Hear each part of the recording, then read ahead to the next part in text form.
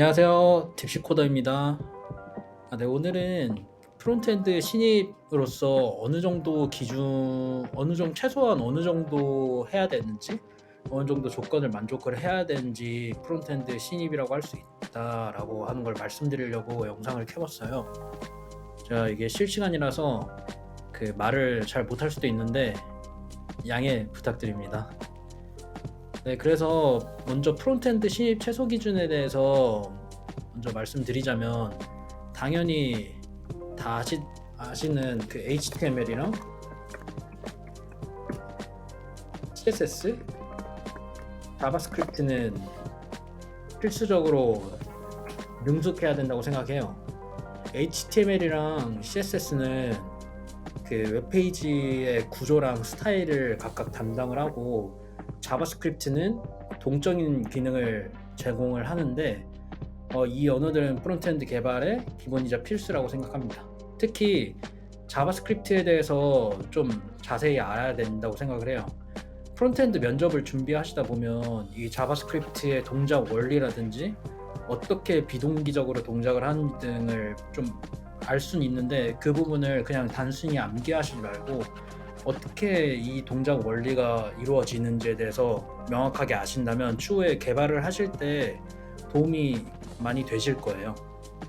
제가 자바스크립트를 공부를 했을 때는 유뎀이랑 드림코딩 엘리 같은 그 강의 등을 통해서 공부를 했는데, 지금 생각해보면 먼저 강의를 듣기 전에 예를 들면 모던 자바스크립트, 딥다이브와 같은 그 책을 먼저 사셔서, 책이나 이북 등을 사셔서 그 전반적으로 좀 훑어보시고, 그리고 제가 말씀드린 유뎀이랑 드림코딩 엘리와 같은 강의를 들으시는 거를 저는 추천을 합니다.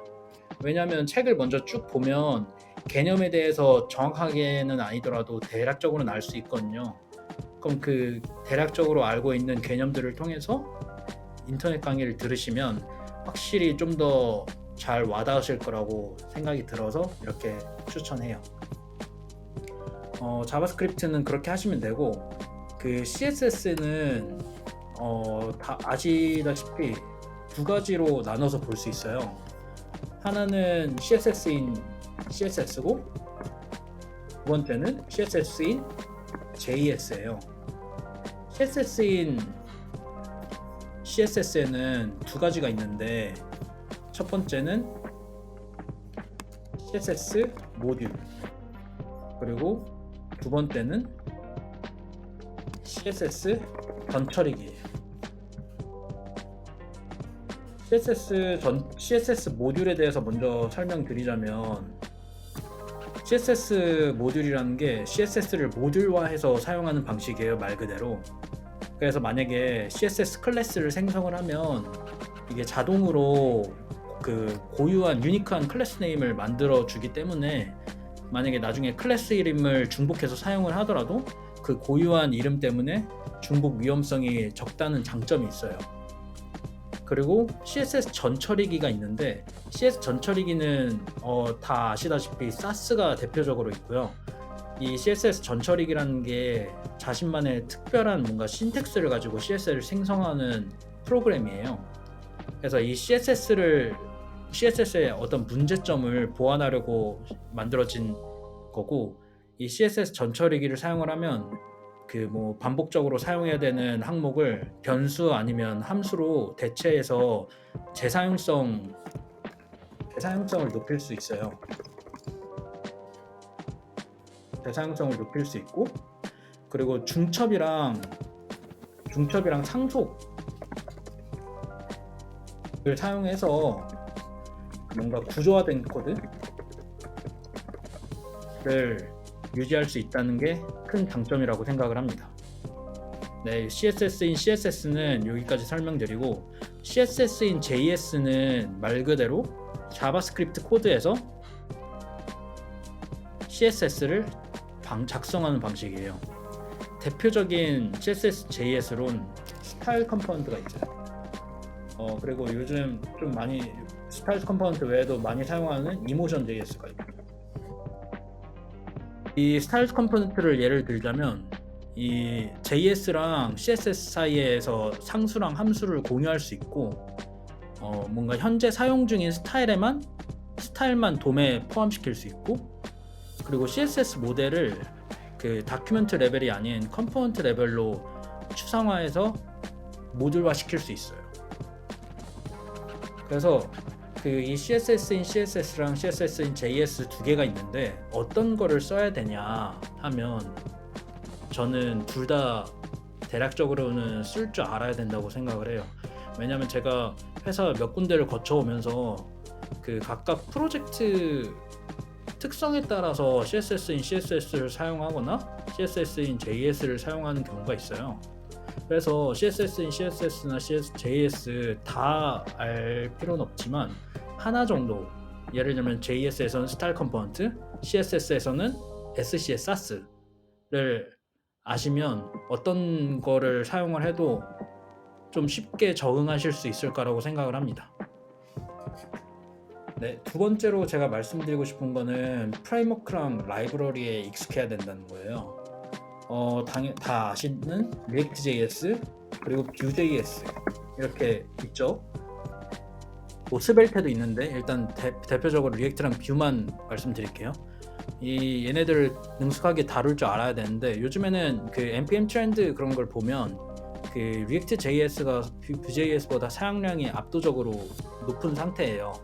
그리고 그 리액트 18이 나왔잖아요. 18 버전이 나오면서 클라이언트뿐만 아니고 서버 상태도 리액트에서 관리할 수 있게 되었기 때문에 훨씬 더 사용량이 늘어나는 추세입니다. 그리고 리액트 18에서 그 백엔드 개발이 가능하기 전에 백엔드 개발이 가능한 그 풀스택 프레임워크였던 Next.js이고, 그리고 여전히 많이 사용하고 있어서 필수적으로 알아야 된다고 생각합니다. Next.js에서 좀 장점으로 말하자면 핫 리로딩 이 있는데 핫 리로딩 그리고 오토매틱 라우팅 그리고 코드 스플리팅 등이 있어요. 그 핫 리로딩은 그 저장되는 코드를 자동으로 새로 고침하는 기능이고요. 오토매틱 라우팅은 그 Next.js에서 페이지스 폴더가 있잖아요. 이제는 그 Next.js 13 가면서 이제 앱 라우터로 병행해서 사용 가능하긴 한데 그 따로 라우팅 관리가 필요 없이 페이지스 폴더 또는 앱 폴더에 있는 파일 그 자체로 라우팅을 시킬 수 있는 기능이고요. 코드 스플리팅은 그 원하는 페이지에서 그 원하는 JS랑 라이브러리 렌더링이 가능하다는 그 많은 장점이 있어서 많이 사용되고 있는 추세입니다. 그리고 아까 방금 말씀드렸다시피 그 Next.js 13에서 또 대폭적인 업데이트가 됐는데 가장 대표적인 게 React 서버 컴포넌트랑 그리고 스트리밍 기능이 가장 크게 변화된 거라고 생각을 해요. 그 리액트 서버 컴포넌트는 이걸 얘를 사용을 하면서 초기 페이지에 로딩되는 속도도 빨라지고 어떤 자바스크립트 번들 사이즈도 줄어들게 됨으로써 그 서버 컴포넌트 최적화에 용이한 기능이고요. 그리고 스트리밍은 기존 SSR에서 그 데이터 패칭 될 때 그 웨이팅 해야 됐던 문제들이 있잖아요. 그래서 이 문제를 해결하면서 그 고정적인 어떤 레이아웃을 먼저 렌더링 시키고 다른 부분에서 이제 데이터가 패칭이 완료가 되면 렌더링하는 기능이 추가가 됨으로써 이런 Next.js 13에서 업데이트가 되면서 이 관심도가 높아졌고, 또 최근에 다시 이제 Next.js 14 버전이 나왔어요. 이렇게 빠르게 업데이트가 되는 만큼 그 좀 더 관심도도 높아지겠죠. 그래서 Next.js도 리액트와 병행해서 필수적으로 알아야 되는 애라고 생각합니다. 또 말씀드리고 싶은 게, 만약에 서버 상태 관리를 별도의 라이브러리를 사용해서 관리를 하고 싶다면 그 대표적으로 리액트 쿼리 많이 사용하고 있어요. 이 리액트 쿼리를 제가 사용을 해봤을 때는 좀 처음에는 러닝 커브가 조금 높은 것 같아요, 제가 생각했을 때는. 근데 이 러닝 커브를 좀 극복하시면 그 라이브러리에 내재된 옵션들 뭐 그 기능들이 많이 있기 때문에 그 기능의 특성에 맞게 적절하게 사용하시면 정말 편리한 라이브러리라고 생각합니다. 그리고 만약에 그 프로젝트가 REST API가 아닌 뭐 GraphQL을 사용하고 계신다면 그 아폴로 클라이언트도 알아놓으시면 좋을 것 같습니다. 그리고 제가 말씀드리고 싶은 건 그 만약에 그 저녁 상태 관리를 해야 되잖아요. 저녁 상태 관리를 해야 되는데 여기서 대표적인 애는 그 아주 역사가 깊고 현재도 많이 쓰이고 있는 리덕스입니다. 뭐 리액트와 같이 혼합해서 리액트 리덕스를 많이 사용하고 있기도 하고요. 이 리덕스에 대해서 가장 많이 쓰이고 있는 만큼 기본적으로 능숙하셔야 되고, 이 리덕스를 처음 접하신다면 뭐 예를 들어 스토어, 액션, 디스패치와 같은 그 개념들이 좀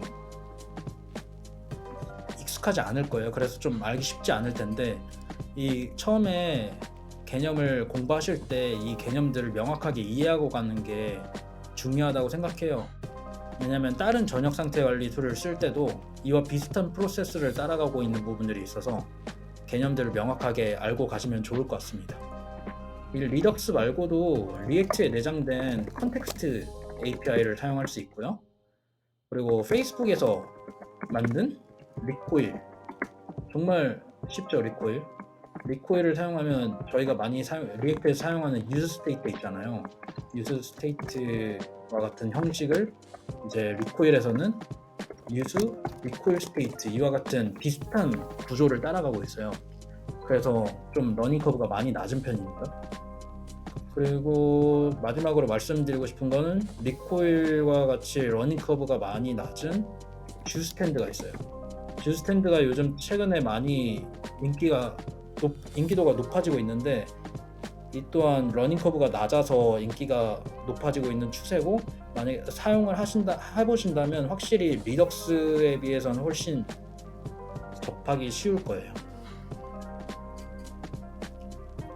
그리고 이제 버전 관리 시스템도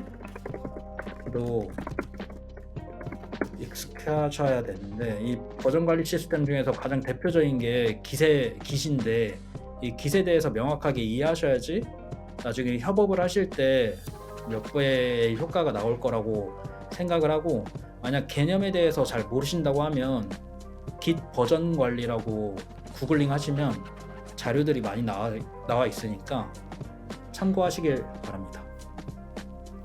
뭐 이 외에도 AWS를 사용하는 회사들이 많을 텐데, AWS에서 예를 들면 EC2, 뭐 EBS, VPC, 뭐 S3 등의 기본적인 개념을 이해하셔야지 나중에 전반적인 프로젝트의 개발 환경이 어떻게 되어 있는지 좀 대략적으로라도 알 수 있기 때문에 AWS 자격증 중에 가장 기초적인 자격증이 있거든요. AWS 디벨로퍼 프랙티셔널이라고 있어요. 디벨로퍼 프랙티셔널이라고 있는데, 얘는 금방 따실 수 있어서 얘를 따시면서 공부를 하시면서 아주 기본적인 개념 정도는 알고 가시면 나중에 큰 도움이 되실 거라고 생각합니다. 그리고 마지막으로 제가 말씀드리고 싶은 게, 현재 토스랑 뭐 배민, 당근과 같은 회사에서 웹뷰를 많이 사용하잖아요. 웹뷰. 뭐 이 얘기를 많이 들으셨을 텐데, 이 웹뷰라는 게 간단하게 말하면 네이티브 앱 내에서 웹 브라우저를 띄울 수 있는 컴포넌트예요. 근데 이 웹뷰가 나오게 된 이유가 그 그 네이티브 앱 개발의 한계점에 대해서 한계에서 이제 나오게 됐는데, 첫 번째로는 그 앱스토어 리스크예요. 그 앱스토어 리스크라는 게 그 앱이 스토어를 통해서 이제 스토어를 통한 배포 프로세스여서 기능 개발이 완료되고 빌드 후에 배포를 하더라도 바로 사용자들에게 전달이 되지 않아요. 그리고 추가로 iOS랑 안드로이드 스토어마다 앱의 가이드라인도 다르고 추후 정책도 바뀔 수 있어서 리스크가 있습니다. 또 두 번째로는 버전 이슈예요. 버전 이슈에서는 그 앱이 최신 버전으로 업데이트가 되면 사용자들은 그 본인들이 사용하고 있는 앱의 버전을 업데이트 해줘야지 최근에 배포된 기능들을 사용할 수 있잖아요.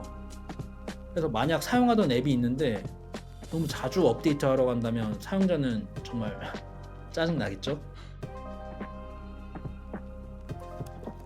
세 번째로는 개발자 풀이에요. 이 개발자 풀은 그 말 그대로 그 앱 개발자들이 실제로 많이 없어요. 희소성이 있는 거죠. 그래서 이 세 가지 이유로 그 네이티브 앱만으로 만들어진 서비스는 거의 없다고 합니다.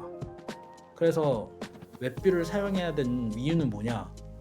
이 위의 단점들을 커버할 수 있고 그 더 많은 기능을 뭔가 빠르게 제공하고 수정할 수 있어서 유저에게 좀 더 빨리 접할 수 있게 해주고, 그리고 가장 중요한 개발자 풀이 더 많다는 거. 그런데 여기서 그 웹뷰를 사용했는데 웹뷰를 사용하지 않는 게 더 나을 수도 있는 경우가 있어요. 그 앱을 예를 들자면 앱에서는 화면 간의 전환이 빠르고 자연스러운 게 앱의 장점이잖아요. 그래서 웹뷰를 사용할 때도 그 앱과 같은 화면 전환에서의 자연스러움이 나와야 되는데, 웹뷰를 사용할 때 만약에 화면 전환을 할 때 3초 이상 걸리고 그러면 유저들 입장에서는 쓰고 싶은 생각이 안 들겠죠? 그래서 웹뷰를 사용할 때는 기본적으로 성능이 좋아야 되기 때문에 그 개발을 하실 때 뭐 라이트하우스에 나오는 그 LCP가 같은 항목들을 잘 체크해서 성능적으로 개선을 많이 할 필요성이 있습니다. 그리고 그 웹뷰를 사용하면 그 앱 개발자랑도 소통을 많이 해야 돼요. 그래서 앱 개발자랑 소통을 하면서 그 어떤 웹뷰 컴포넌트를 쓸 것인지, 그리고 또 어떤 컨텐츠를 웹 아니면 앱에서 띄울 것인지 등을 잘 소통해서 개발을 하셔야 된다는 이슈가 있습니다. 네, 그래서 좀 지금 이 말씀드리는 게 좀 중구난방이고 그러는데, 그 개발자로서 프론트엔드 개발자로서 처음에 들어가기 위해서는 신입으로서 좀 많이 알고 있어야 되는 것 같아요. 제가 생각하기에도. 근데 요즘 또 취업 구직하는 게 좀 쉽지 않잖아요. 그 시장이 안 좋다고 보니까. 그래서 이 위에 제가 말씀드린 부분을 조금이라도 개념을 명확하게 아시고, 그리고 뭐 사이드 프로젝트를 진행을 하시면서 좀 익숙해지시면 그래도 취업하시기에는 훨씬 더 가능성을 높일 수 있고, 그리고 신입으로서 좋은 신입, 그리고 잘하는 신입이 될 수 있을 거라고 저는 생각을 합니다. 네, 오늘 영상은 여기까지 하고 다음 영상에서 뵐게요. 감사합니다.